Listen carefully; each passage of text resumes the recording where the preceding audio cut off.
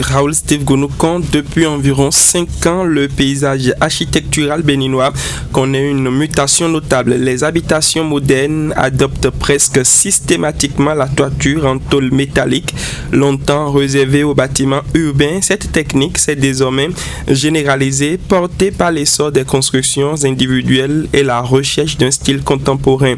Les tôles en acier galvanisé ou en aluminium sont appréciées pour leur légèreté et leur facilité d'installation, mais elle s'accompagne, il faut le dire, d'une exigence technique majeure, et c'est là que se pose un problème.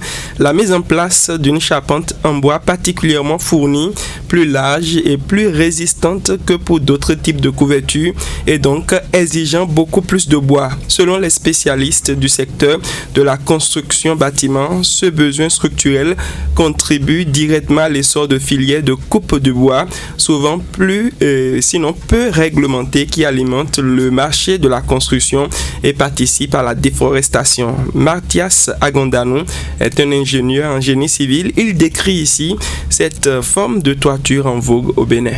Depuis quelque temps, on observe dans nos constructions un modèle de toiture. Et ce modèle a au moins 4 côtés, parfois 5, parfois 6, parce que par moment, on y fait quelques designs. Et c'est remarqué surtout par sa hauteur. Nous, les techniciens, quand le palier et le niveau fait 3 mètres, 3 mètres 50, on calcule le pourcentage de la toiture par rapport à la portée. Et cette nouvelle toiture dépasse même la hauteur de l'immeuble, ce qui fait que c'est très remarquable tout de suite. C'est coiffé de différentes formes de tuiles. Cette toiture, je peux lui considérer 4 aspects. Premièrement, nous avons l'esthétique.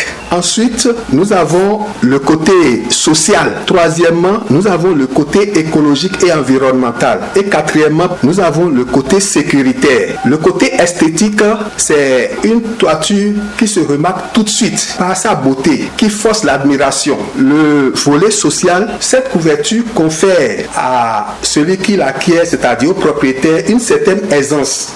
C'est un choix populaire en raison de son esthétisme, sa modernité et son accessibilité. Ulrich Abalo. Oui, Raoul Steve Gonoukan, si cette toiture est largement plébiscitée, c'est d'abord en raison de son rendu visuel, couleurs variées, profil sophistiqué, finition brillante. Elle confère aux habitations une allure moderne recherchée. Les propriétaires y voient une solution à la fois esthétique et accessible, puisqu'elle revient souvent moins chère que les dalles en béton ou les tuiles en terre cuite. Sur le plan technique, la légèreté de la tôle facilite les travaux et accélère les délais de construction. Son entretien reste relativement simple et sa durée de vie, lorsqu'elle est bien posée, peut dépasser 2 décennies. Pour beaucoup de ménages, c'est le compromis idéal entre coût, rapidité et image de modernité. Mais l'ingénieur rappelle que cet avantage visible masque, Raoul Steve Gonoukan, un coût environnemental souvent ignoré. Oui. Sur le plan...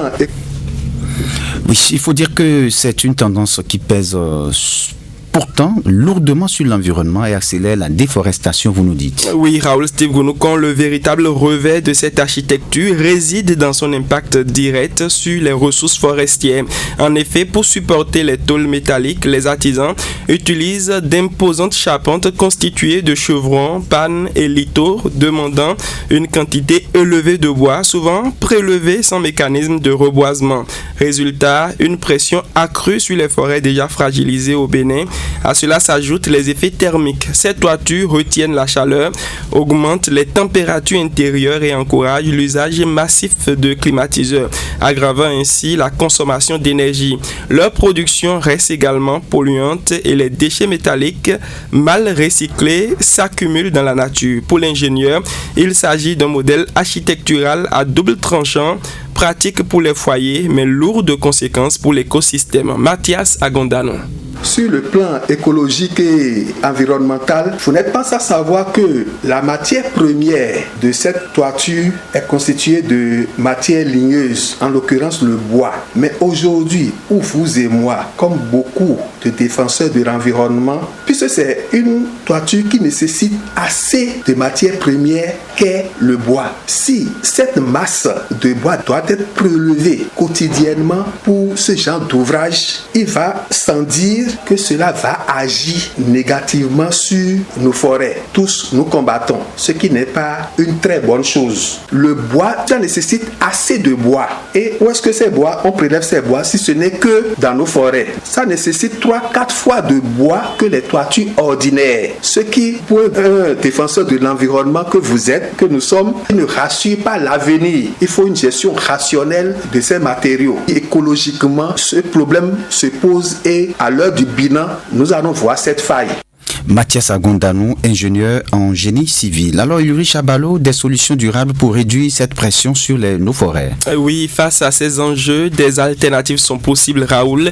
L'ingénieur nous propose par exemple la réduction de la quantité de bois utilisé dans les charpentes en promouvant des techniques mixtes bois-métal ou l'usage de bois traités issus de plantations contrôlées. La valorisation de matériaux alternatifs tels que les tuiles en terre cuite modernisées, les panneaux isolants composites ou même des toitures végétalisées adaptées au climat local.